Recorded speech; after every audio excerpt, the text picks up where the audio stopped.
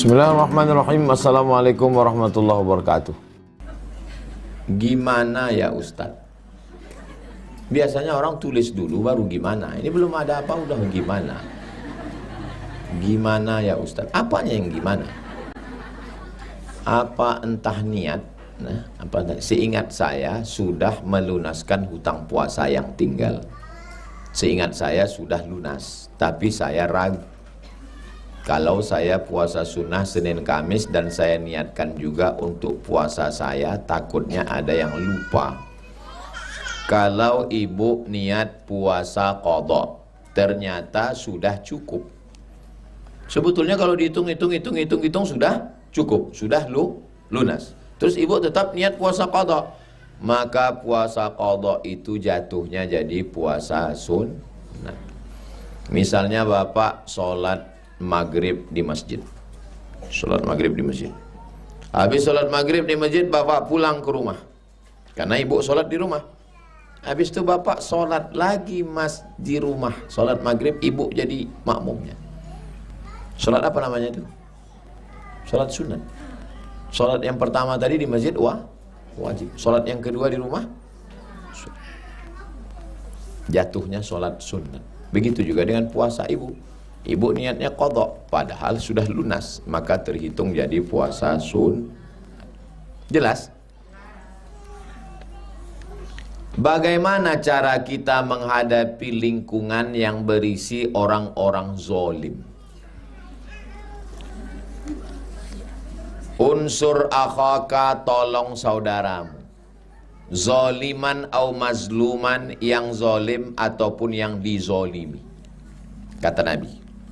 Lalu sahabat bertanya, kalau yang dizolimi kan kita tahu ada orang dizolimi, tetangganya sombong, dibuangnya sampah ke depan rumahnya, berarti dia dizolimi. Kita bela dia, kita kasih tahu sama dia, muka sampah, jangan kau buang sampah kau ke depan rumah dia ya. Kami lapor ke RW, ke RT, ke Kades, ke Kadus, Bupati, Satpol PP, pemadam kebakaran.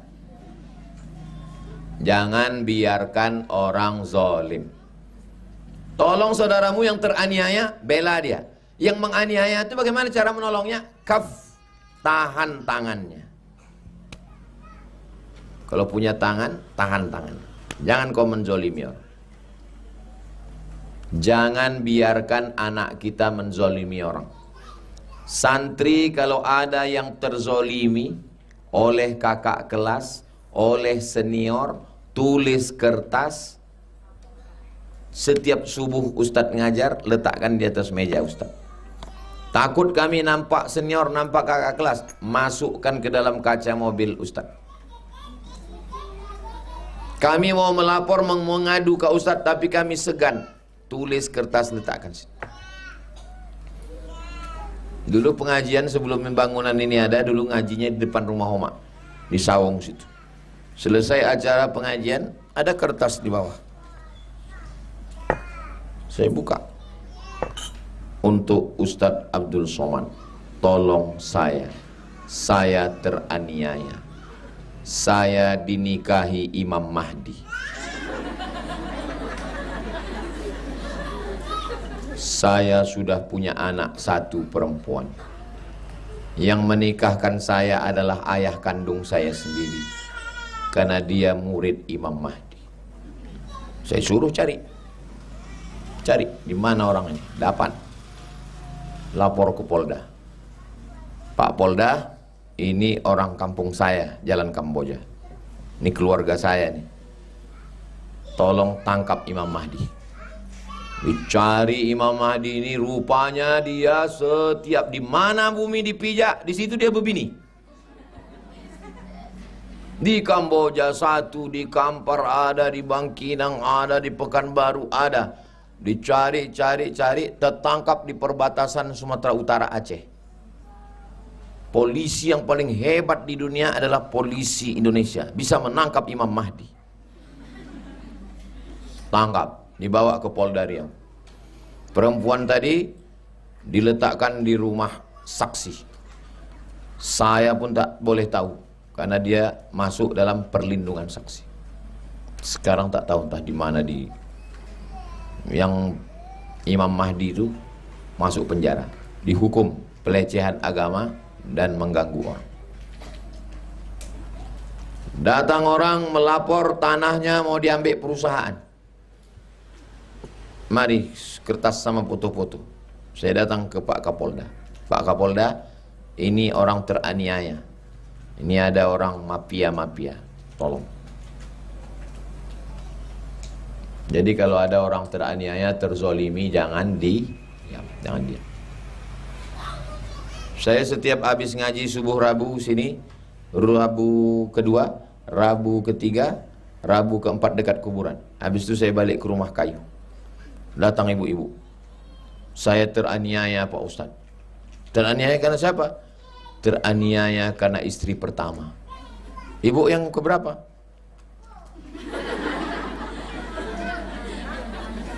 Makanya ibu setiap berfoto jangan begini.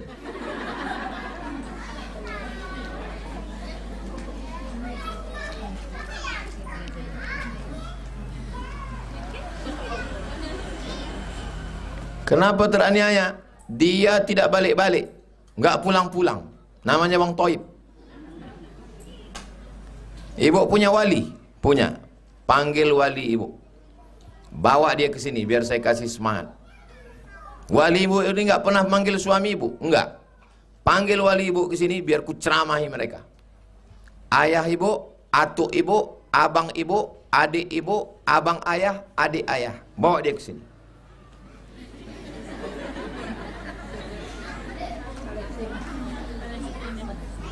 Allahu Akbar.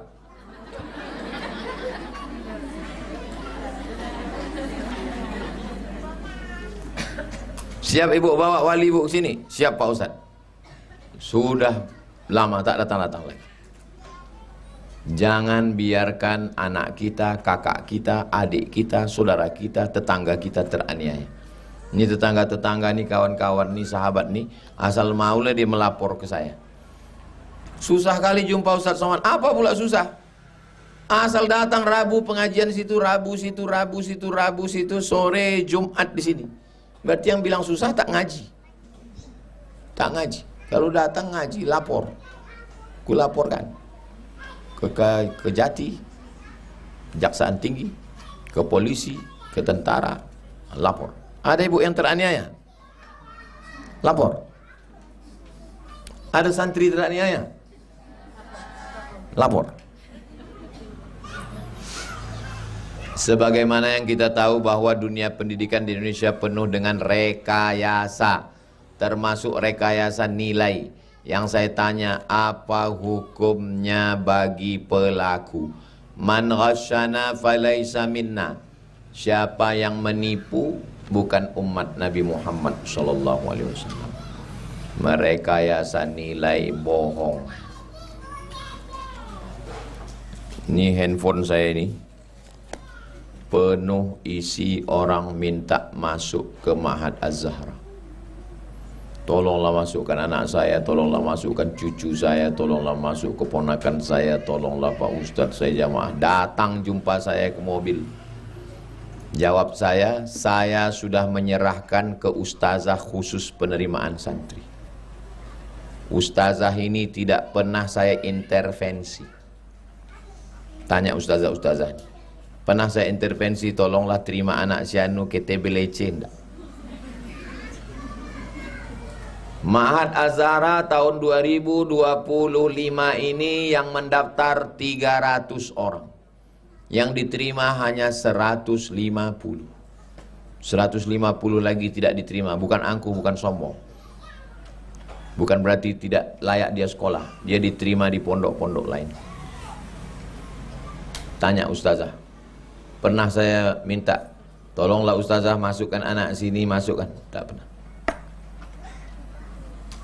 Anak kawan saya, keponakan Ustadz Henry, melanggar, keponakan Ustadz Alnop, tak ada. Khawatir pula saya, anak saya digitukan orang juga nanti. Nanti kalau saya datang mau mendaftar ke Nurul Azhar, Ustadz Alnop, tolonglah terima hazik ini. Apa kata beliau nanti? Sama macam cakap saya, siapapun yang masuk kemari tidak boleh ada KTBLC. Daripada kalau saya terima satu, padahal ada anak jatah satu, gara-gara anak kawan, anak sahabat ini, gara-gara KTB leceh, akhirnya tak diterima yang betul, mengadu dia kepada Allah, zolim saya. Di akhirat saya mesti mencari dia, minta maaf, minta ampun. Maka ustazah-ustazah tak pernah saya intervensi. Saya mau mengajarkan ke mereka bahwa cakap saya sesuai dengan perbuatan saya. Ketawa dia. Bagaimana cara menghadapi suami yang tidak memberi nafkah, padahal dia bekerja. Setiap pulang kerja 2 minggu sekali. Setiap diminta uang, katanya uangnya tidak ada. Ibu berapa wali ibu? Kalian punya suami, tak salah kalian. Ada orang punya suami, suaminya pulang 2 minggu sekali, tak ngasih duit. Pas setiap diminta, mana duit bang? Duit tak ada. Berarti yang dimakannya kan duit ibu. Ibu yang mencari makan jadinya kan. Ibu diciptakan dari tulang rusuk. Tulang rusuk itu letaknya di samping supaya ibu sejajar dengan laki-laki. Kalau ibu diletakkan, berarti ibu diciptakan dari tulang kaki, dipijak-pijaknya. Maka ibu melapor kepada 6. Ayah, atuk, abang, adik, abang ayah, adik ayah. Kalian kalau suami kalian Fir'aun, hantu belau, lapor ke 6. Ayah, atuk, abang, adik, abang ayah, adik ayah. Kalau tak ada semuanya sudah meninggal dunia dimakan tsunami, kalian lapor sama Ustaz Somad. Ku pijak-pijak lagi kalian sampai keluar tai hijau. Kami sudah mendidik dia di Ma'had Az-Zahra, membuat dia hafal Quran, dia bisa baca kitab, dia bisa buat brownies, dia jadi anak yang solihah. Tiba-tiba kau macam-macam, kami hantukkan kepalanya ke dinding. Cepat lapor. Oh, lama lagi, masih kelas 2. Ya macam-macam.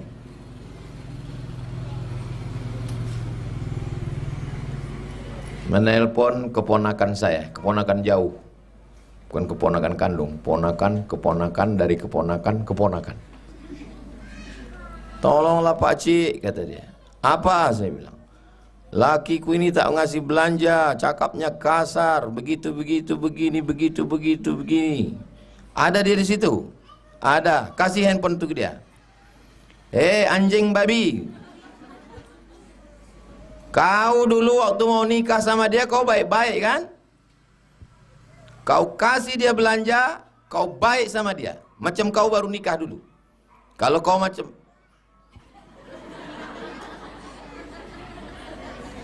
anjing mengunggung. Kalau kau macam aku datang ke sana, ku pijak-pijak kau sampai keluar tai hijau. Habis itu tak ada telepon lagi sekarang. Entah lakinya mati, entah dia mati. Jangan biarkan anak perempuan kita dianiaya. Ibu punya anak perempuan, datang dia mengadu, "Mak, lakiku kasar." Sabar nak, surga di bawah tapak kaki laki. Pembodohan itu. Saya kalau datang santri ini mengadu nanti ke saya, "Ustadz, lakiku ini genderuwo." Saya akan panggil, "Sini kau. Kau pikir santri Az-Zahra ini dapat kau di pinggir jalan ini? Memang ayahnya udah mati, memang emaknya tak ada, tapi aku masih hidup. Enak aja kau sia-siakan dia." Ibu, jangan diam.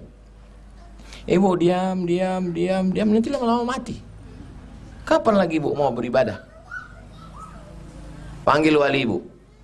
Abang, atuk, ayah, atuk, abang, adik, abang ayah, adik ayah. Kalau tak ada 6 wali ini, nanti hari Rabu pagi datang ibu ke rumah kayu. Biar kami datangi laki ibu. Kami masukkan dia ke penjara. Tuntutannya adalah, nantilah kami carikan apa tuntutannya. Mau nanya Ustadz, kalau ada acara yang mendekati waktu sholat dan kita diharuskan cepat mengikuti acaranya, bagaimana hukumnya sholat tergesa-gesa?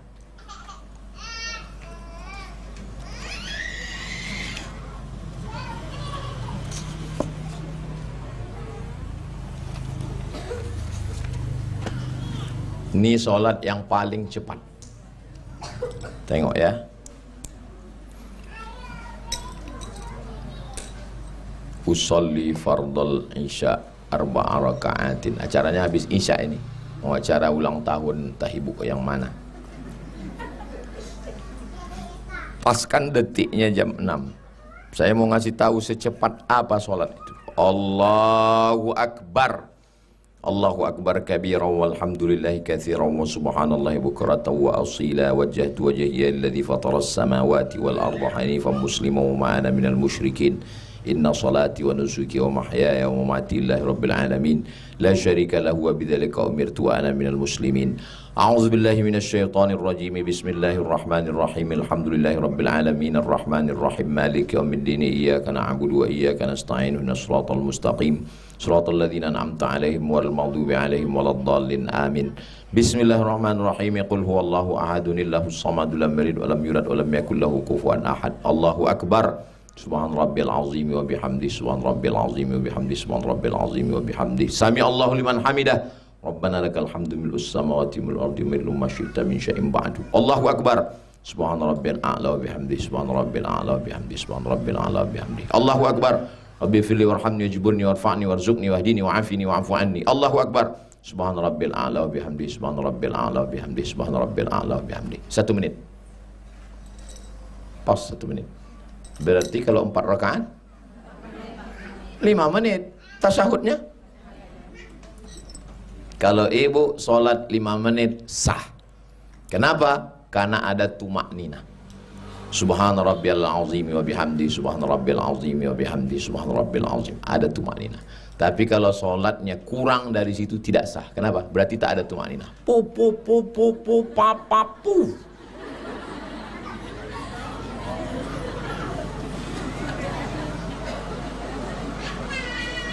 Tidak ada tumak ninah. Tumak ninah berhenti sejenak. Subhana rabbiyal azim wa bihamdi subhana rabbil azim wa bihamdi subhana rabbil azim. Sami Allahu liman hamidah. Rabbana lakal hamdu mil'us samawati wa mil'ul ardi wa mil'u ma syi'ta. Kalau tak ada tumak ninah, tak sah salat, batal salat. Kertas terakhir. Salahkah jika meninggalkan pasangan karena faktor ekonomi? Karena ketika pusing kami saling emosi sehingga bisa berkata kotor dan efeknya juga tidak baik kepada anak-anak, jadi pelampiasan emosi. Mohon doanya Ustadz untuk keluarga saya.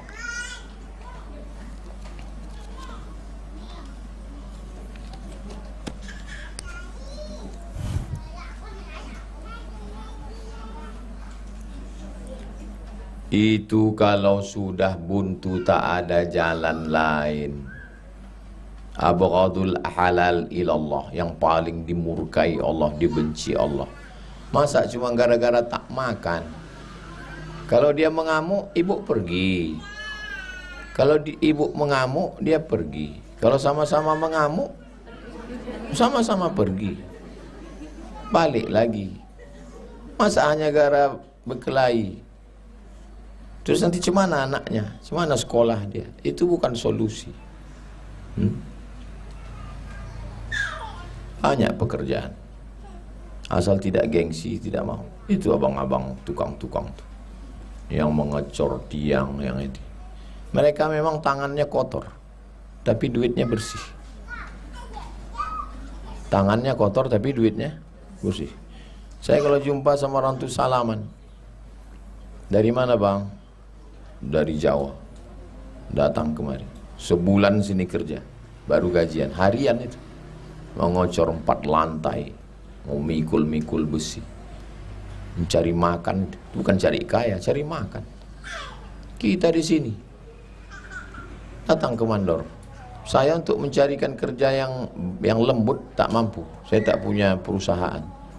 Tapi kalau hanya untuk makan, kasihan anaknya. Jadi itu bukan solusi. Bekerja, berjualan.